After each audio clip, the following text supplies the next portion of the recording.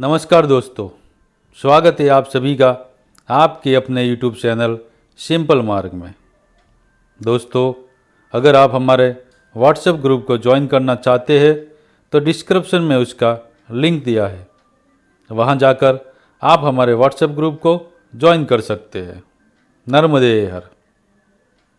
दोस्तों, अगर आपने पिछली कड़ियाँ नहीं सुनी हैं तो डिस्क्रिप्शन में उनके लिंक दिए गए हैं, आप उन्हें ज़रूर सुनें। 21 नवंबर 2021 रविवार, आनंद से ओमकारेश्वर। आज दिन थोड़ा उत्साह और उत्सुकता से भरा हुआ था, क्योंकि आज रात 9 बजे आनंद से इंदौर जाने वाली ट्रेन शांति एक्सप्रेस में हमारा रिजर्वेशन था। शांति ने आज मुझे थोड़ा अशांत किया हुआ था, क्योंकि रेलवे की टिकट व्यवस्था के बारे में मुझे कोई खास ज्ञान नहीं था।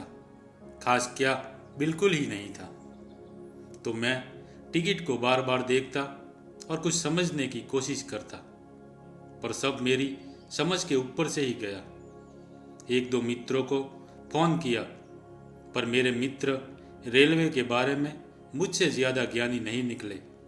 तो बहुत सोचने पर मेरे एक पुराने मित्र श्री तोमर जी का मुझे ख्याल आया, जो खंडवा के निवासी है और कुछ समय पूर्व आनंद की एक कंपनी में मेरे साथ कार्यरत भी थे। वह अक्सर शांति एक्सप्रेस से ही सफ़र किया करते थे। उनको फ़ोन लगा, मैंने अपनी समस्या से उन्हें अवगत करवाया, तो उन्होंने मेरी टिकट का फ़ोटो व्हाट्सएप पर देखकर मुझे अच्छे से समझाया कि कौन से प्लेटफॉर्म पर मेरी गाड़ी आएगी और कौन से डिब्बे में मुझे बैठना है, वगैरह वगैरह। तोमर जी के मार्गदर्शन में मुझे 90% सांत्वना हुई, मगर हृदय के किसी कोने में अब भी 10% की घबराहट जरूर शेष थी। मैंने और मेरी धर्मपत्नी ने मिलकर बैग की पैकिंग करके तैयारी कर ली। अब घर से रेलवे स्टेशन तक जाना भी कम मुश्किलों से भरा नहीं था, क्योंकि परिक्रमा की वेशभूषा धारण किए और कंधों पर ट्रैकिंग बैग लटकाए, हाथों में दंड और कमंडल लेकर घर से निकलना मतलब किसी बॉर्डर को पार करने जितना ही कठिन था, क्योंकि हमारे विस्तार में बहुत कम महानुभाव परिक्रमा के विषय में जानते हैं। तो हमने घर के दरवाजे पर ही रिक्शा मंगवाना उचित समझा। रिक्शा आती उससे पहले ही मेरी माताजी ने रोना पीटना शुरू कर दिया और मुझे और मेरी पत्नी को भला बुरा सुनाने लगी। शायद उनका मानना यह था कि उनका पुत्र कहीं सन्यासी न बन जाए। वैसे उनकी इस सोच के पीछे की एक वजह यह भी थी कि मेरे मामा जी श्री विक्रम सिंह जी ने परिक्रमा के बाद सन्यास दीक्षा ले ली थी, तथा मेरे छोटे नाना जी, मेरी माता जी के चाचा जी श्री राम सिंह जी ने भी 2 परिक्रमा की थी, और परिक्रमा के बाद उन्होंने भी अपनी आय का अधिकांश हिस्सा परिक्रमा वासियों के सदाव्रत में खर्च करना शुरू कर दिया था, जो उनके जीवन काल तक चलता रहा। शायद यही सब डर मेरी माताश्री को सता रहा हो। तो बड़ी कठिनाई से मैं उन्हें यह समझाने में सफल रहा कि फिलहाल संन्यास लेने के दूर दूर तक मेरे अंदर कोई लक्षण नहीं दिखाई दे रहे। तब कहीं जाकर माताश्री ने 500 रुपये शगुन के तौर पर देकर जाने की परमिशन प्रदान की। इस सब फैमिली ड्रामे के बीच विश्वराज भी रिक्शा लेकर आ गया था, तो हमने सभी से विदाई लेकर रिक्शा की सीट पर आसन जमाया। रिक्शे वाले भैया भी हमारे इस बदले हुए वेश को देख थोड़े असमंजस में थे कि हम कहाँ जा रहे हैं, तो हमने हमारी बुद्धि के अनुरूप जवाब देकर उन्हें समझाने की कोशिश की। यही सब बातें करते करते हम लोग रेलवे स्टेशन पहुँचे। पूछते पूछते हम लोग 4 नंबर प्लेटफॉर्म पर पहुँचे। हम लोग थोड़ा जल्दी ही आए थे, लगभग 8:30 पर। गाड़ी आने में अभी आधे घंटे का समय शेष था। वहाँ लगे डिजिटल बोर्ड पर शांति एक्सप्रेस के आने की सूचना पर मन को थोड़ी राहत हुई। तभी मेरी नज़र प्लेटफॉर्म पर घूमते एक हमारे ही जैसे साजो सामान से लदे व्यक्ति पर पड़ी, जिन्होंने श्वेत वस्त्र धारण किए हुए थे, कंधों पर बैग लटक रहा था और दोनों हाथ दंड कमंडल से सुशोभित थे। अनुमान से ही उनकी उम्र तकरीबन 60 के आसपास लग रही थी। इन महोदय को अगर नर्मदा खंड में कहीं देखा होता तो पूछने की जरूरत ही नहीं थी कि क्या आप परिक्रमावासी हो। पर हमारे इस पुण्यशाली क्षेत्र में जहाँ परिक्रमा के बारे में जानने वाले भी भाग्य से मिलते हो, वहाँ ऐसा अनुमान लगाना कि वह कोई परिक्रमावासी है, ये सोचना थोड़ी जल्दबाजी मुझे उस समय लग रही थी। तो मैं थोड़ा धीरज धर अनुमान लगाने लगा। उस समय वह किसी अन्य व्यक्ति जो उनकी पहचान के थे उनसे बातें कर रहे थे। उनकी बातों का सार इतना था कि वहाँ से वे उज्जैन जाएंगे और वहाँ से ओमकारेश्वर जाएंगे। अब 90% तो कंफर्म हो गया था कि ये सज्जन परिक्रमा में ही जाने वाले हैं। तो मैंने उनके पास जाकर उनसे पूछ ही लिया और हमारे अनुमान के अनुरूप ही जवाब भी मिला। उनका नाम श्री विट्ठल भाई था। उनकी उम्र 67 की थी और अब वह 5वीं परिक्रमा में जा रहे थे। इतने अनुभवी और बुजुर्ग परिक्रमावासी से मिलकर हमें बहुत ही खुशी हुई। हम भी परिक्रमा में जा रहे हैं ये जानकर विट्ठल दादा को भी बहुत अच्छा लगा। मैंने और विश्वराज ने विट्ठल दादा के शरण स्पर्श किए। तभी वहाँ पर इंदौर जाने वाली गाड़ी आई जिसमें विट्ठल दादा को जाना था। हमारी शांति एक्सप्रेस अभी आने ही वाली थी। तो विट्ठल दादा और हम एक दूसरे को नर्मदेहर करके और एक दूसरे का नंबर लेकर तथा फिर से ओमकारेश्वर में मिलने का वायदा करके अलग हुए। और वैसे भी विट्ठल दादा उज्जैन होते हुए ओमकारेश्वर आने वाले थे, तो हमारा साथ में जाना संभव ही नहीं था। अब तक की यात्रा की अचानक से तैयारी करना और इस तरह विट्ठल दादा का मिलना सब कुछ किसी चमत्कार से कम नहीं था। शायद माँ नर्मदा कहना चाहती हो कि चिंता मत कर, सिर्फ चिंतन कर, मैं यही से तेरे साथ में हूँ। इन्हीं भाव संसार में खोया हुआ था कि तभी हमारी शांति एक्सप्रेस के आने के अनाउंस हुआ। इंतजार में खड़े सभी राहगीर अपने अपने डिब्बों की ओर भागने लगे, जैसे इस गाड़ी में बैठना उनका आखिरी कार्य हो। हम प्लेटफॉर्म के उसी स्थान पर खड़े थे जहाँ पर हमारा डिब्बा रुकने वाला था और रिजर्वेशन करवाया हुआ था, तो हमें भाग दौड़ करने की चिंता नहीं थी। पर यह सिर्फ हमारा मानना था, जो कि पूर्ण रूप से गलत साबित हुआ, क्योंकि हमारी टिकट में जिस डिब्बे का नंबर लिखा था वह था S2 और हम जहाँ खड़े थे और जो हमारे सामने आकर डिब्बा रुका था उसका नंबर था 2S। तो यहीं पर हम कंफ्यूज हो गए और चढ़ गए उस डिब्बे में जो कि स्लीपिंग कोच था। वहाँ जगह नहीं मिली तो दूसरे राहगीरों से पूछताछ की तो पता चला कि हमारा डिब्बा तो सिटिंग कोच है, वह तो पीछे है। तो हम दोनों वापस नीचे उतरे। तभी गाड़ी आगे बढ़ने लगी और आनंद फानन में हम फिर से दूसरे स्लीपिंग कोच में चढ़ गए। इस डिब्बे में जगह तो मिल गई, पर यह भी हमारा डिब्बा तो नहीं था, इसलिए मन में थोड़ी घबराहट भी हो रही थी। तोमर जी को फ़ोन लगाया तो उन्होंने परामर्श दिया कि वडोदरा से डिब्बा बदल लेना और जगह मिली है तो कोई नहीं आए तो बैठे रहना, टीसी आए तो उसे बोल देना, ज़्यादा कोई दिक्कत वाली बात नहीं है। तो हम भी निश्चित होकर बैठे रहे। वडोदरा स्टेशन पर गाड़ी रुकी। मैं नीचे उतरकर अपने डिब्बे में जाना चाहता था, पर यहाँ पर विश्वराज ने अपना दिमाग चलाया और मुझे इसी डिब्बे में बैठे रहने की सलाह भी दी, क्योंकि उसे सोने के लिए जगह जो मिल गई थी। इसी सलाह परामर्श के बीच वडोदरा स्टेशन से भी गाड़ी रवाना हुई। अब तो जो जगह मिली उसी पर बैठने के अलावा हमारे पास कोई चारा भी नहीं था। गाड़ी ने वडोदरा स्टेशन को अभी छोड़ा ही था कि तभी हमारे सामने टीसी महाशय अलादीन के जिन्न की भांति प्रकट हुए। उन्होंने आते ही बड़ी प्रसन्नता के साथ हमसे हमारा टिकट मांगा। हमने भी बड़ी अप्रसन्नता से टीसी महोदय को टिकट दिखाया। टीसी महाशय ने टिकट देखते ही कहा कि आप गलत डिब्बे में चढ़े हो, अब आपको 1000 रुपये की पेनल्टी चुकानी होगी।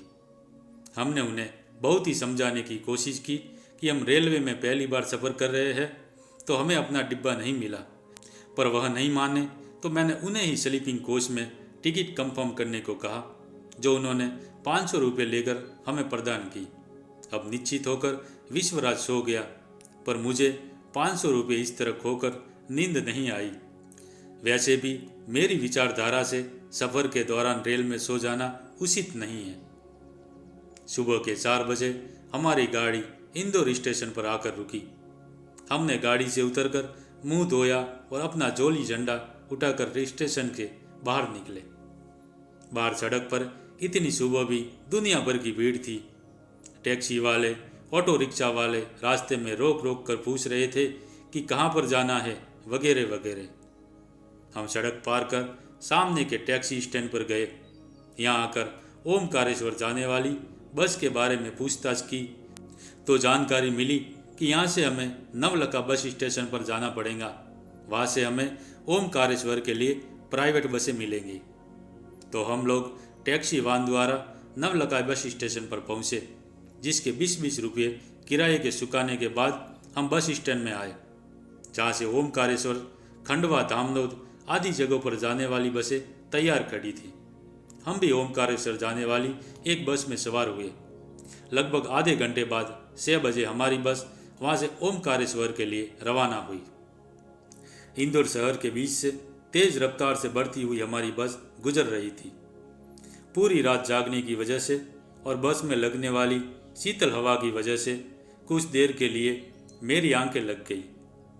अचानक से लगे बस के ब्रेक के धक्के की वजह से मेरी आंखें खुली तो देखता हूँ कि हमारी बस किसी नदी मैया के ऊपर बने पुल पर खड़ी थी।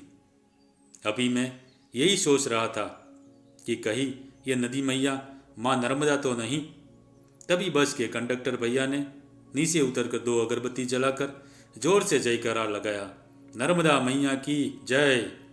मुझे बिना पूछे ही जवाब मिल गया था कि यह नदी कौन सी है। बस आगे बढ़ी और पुल को पार कर एक होटल पर जाकर रुकी। मैंने यहाँ पर बर्स करके चाय पी तथा विश्वराज ने पौआ और कचौड़ी खाई। होटल वाले भैया से इस गांव का नाम पूछा तो जवाब मिला, मोटक्का। हाँ, याद आया, यही तो वो गांव है जहाँ से पूज्य श्री रंग अवधूत महाराज ने परिक्रमा उठाई थी।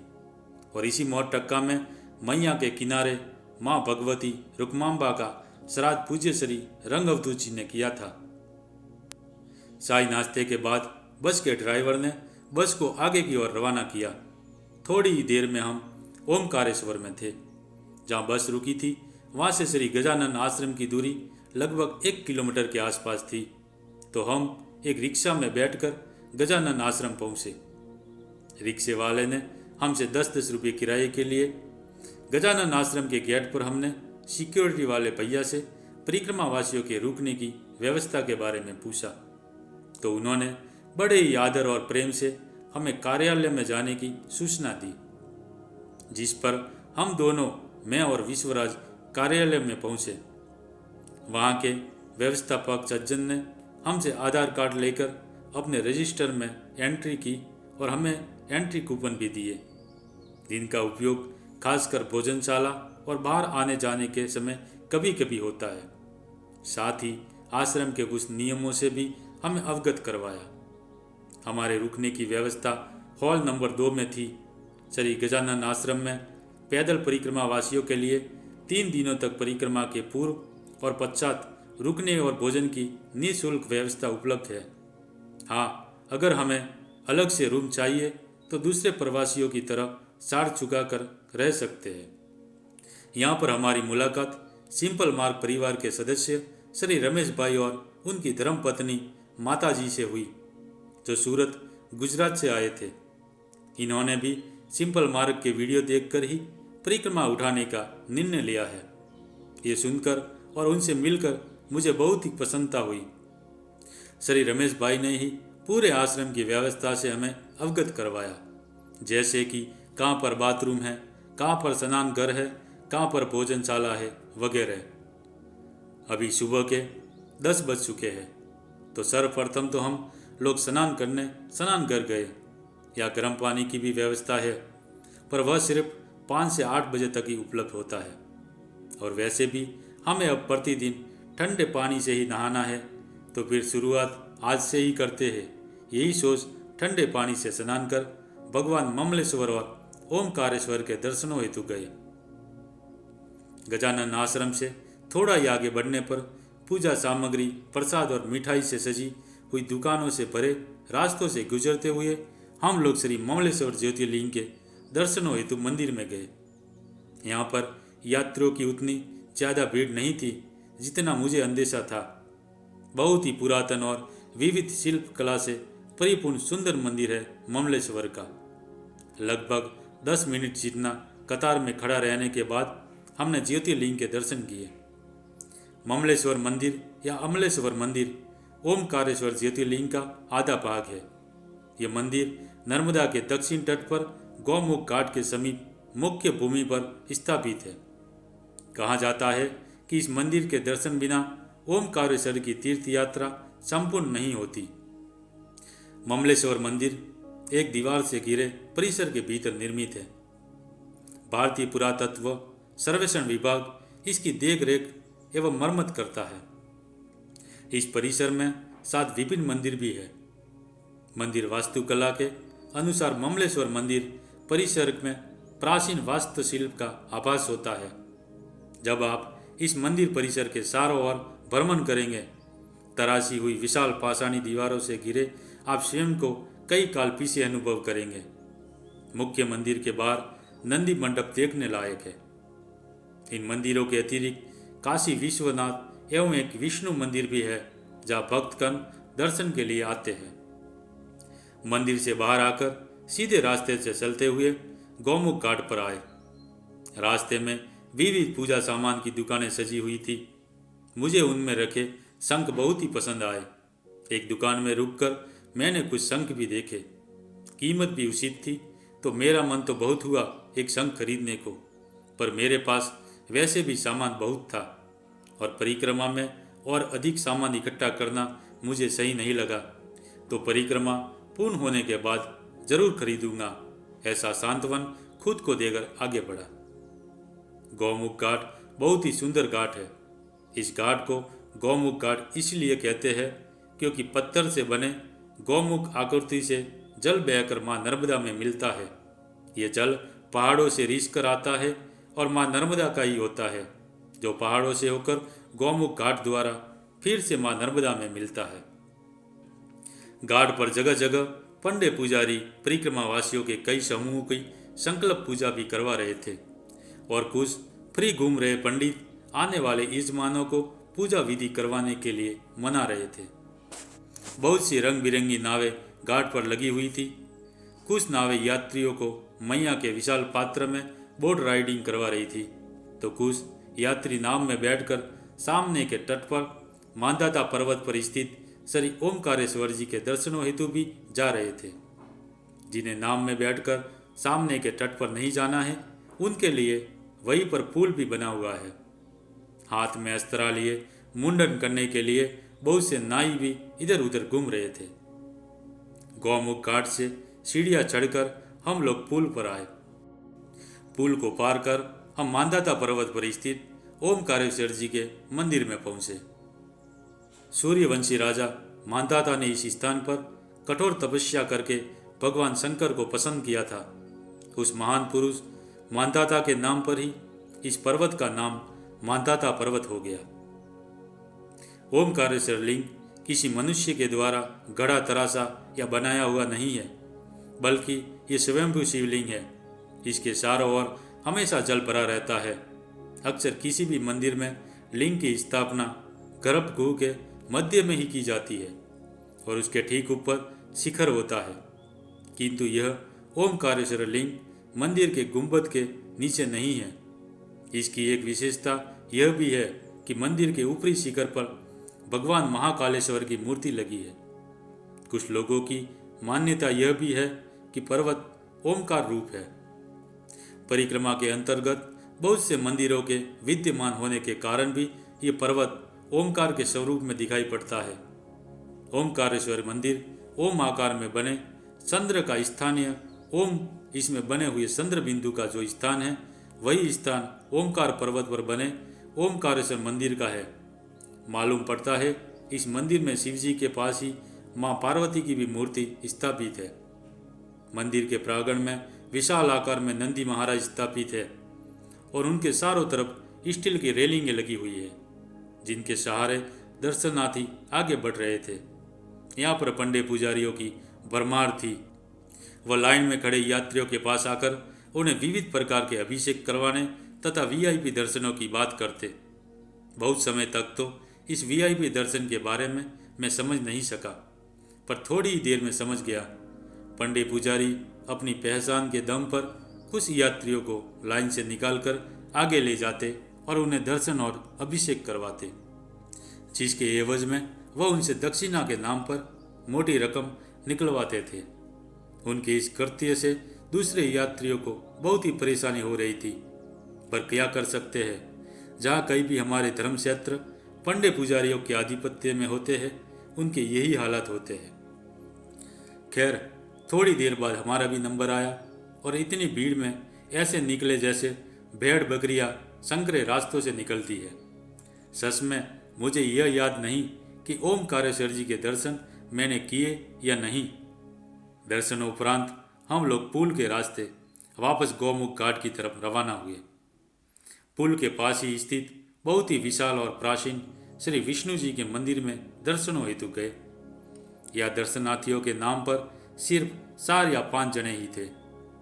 यहाँ से मैंने अनिल महाराज को हमारे यहाँ होने की सूचना दी तथा संकल्प पूजा के बारे में पूछताछ की, तो उन्होंने हमें सर्वप्रथम मानताता पर्वत की परिक्रमा करने का परामर्श दिया और फिर बाद में उनके ठिकाने पर आने को कहा। हकीकत में अनिल महाराज गत कई दिनों से महाराष्ट्र से आने वाले सामूहिक परिक्रमावासियों की संकल्प विधि करवाने में व्यस्त थे, तो वह 1 या 2 की संख्या में आने वाले यजमानों के चक्कर में समय व्यतीत करना नहीं चाहते थे, जिस बारे में हमें बाद में ज्ञात हुआ। हम आज काफ़ी थके हुए भी थे, तो आज मानताता की परिक्रमा करना हमारे लिए थोड़ा मुश्किल था, तो हम गौमुख घाट से मुंडन करवाकर गजानन आश्रम में लौट आए। आश्रम में आकर हमने और श्री रमेश भाई ने भोजनशाला में जाकर सब्जी, रोटी, दाल, चावल और हलवा का स्वादिष्ट प्रसाद पाया। भोजन प्रसाद के बाद हम अपने आसन पर आकर सो गए। लगभग शाम के 4 बजे नींद खुली, तो आज के रिकॉर्डिंग किए वीडियो का एडिटिंग किया, जो कि थकान के चलते बिल्कुल भी अच्छे से नहीं बना था। फिर भी मैंने सिर्फ याददाश्त के तौर पर उसे बनाया। शाम के 7 बजे आश्रम की आरती में सम्मिलित हुए और आरती के बाद भोजनशाला में जाकर फिर से सब्जी, रोटी, चावल, दाल और हलवे का प्रसाद पाया। प्रसाद के बाद थोड़ी देर तक घर पर मोबाइल से बातें की और फिर श्री रमेश भाई और माताजी के साथ बातें करते रहे।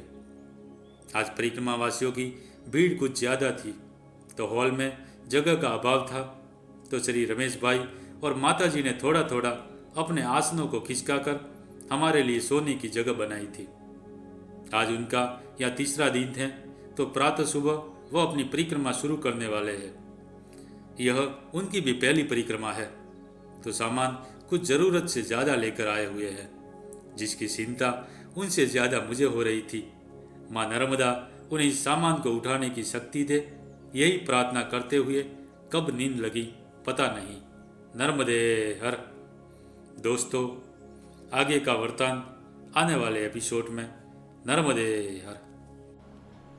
दोस्तों, अगर आपको हमारा वीडियो अच्छा लगा हो तो लाइक करें, अपने मित्रों में शेयर करें और हमारे चैनल को सब्सक्राइब जरूर करें। नर्मदे हर।